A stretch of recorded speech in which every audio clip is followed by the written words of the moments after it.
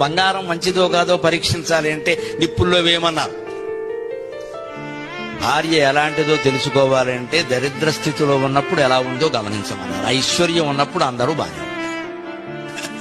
పేదరికం భర్తను చుట్టుముట్టినప్పుడు కూడా భార్య ఇదివరకులాగే ఏమాత్రం గౌరవం కోల్పోకుండా నీకెందుకయ్యా, నేను ఉన్నాను కదా, నేను చూసుకుంటా, నువ్వు సంపాదించగలిగిందే సంపాదించి ఊరికే బాధపడకు అని అనగలిగితే ఆ భార్య లక్ష్మీదేవితో సమానం.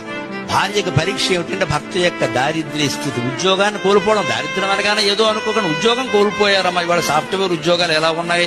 ఈ స్థితిలో ఎవరండి? భార్యకే అలా జరగచ్చు. భర్త ఏమిటయ్యా కష్టపడ్డ ఊరికే ఇంతకాలం ఇంట్లో ఉండు, నేను చూసుకుంటా, నా సంపాదన ఉంది కదా, నేను చూసుకుంటాను, ఇంట్లో ఉండు, రెస్ట్ తీసుకో అని భార్యనంటే ఆ భార్యకి ఎంత ఆనందంగా ఉంటుందండి. అది సంపాదిస్తే కానీ తప్పదు, సంపాదిస్తే కానీ తప్ప ఇంకాస్త ఒత్తిడి పెంచుకుంటావా? ఒక జీతంతోనే గడుపుదాం, 2 నెలలు ఏం పర్వాలేదు చూసుకుందాం అనే ధైర్యాన్ని భార్యకు భర్త, భర్తకు భార్య ఇవ్వాలా వద్దా?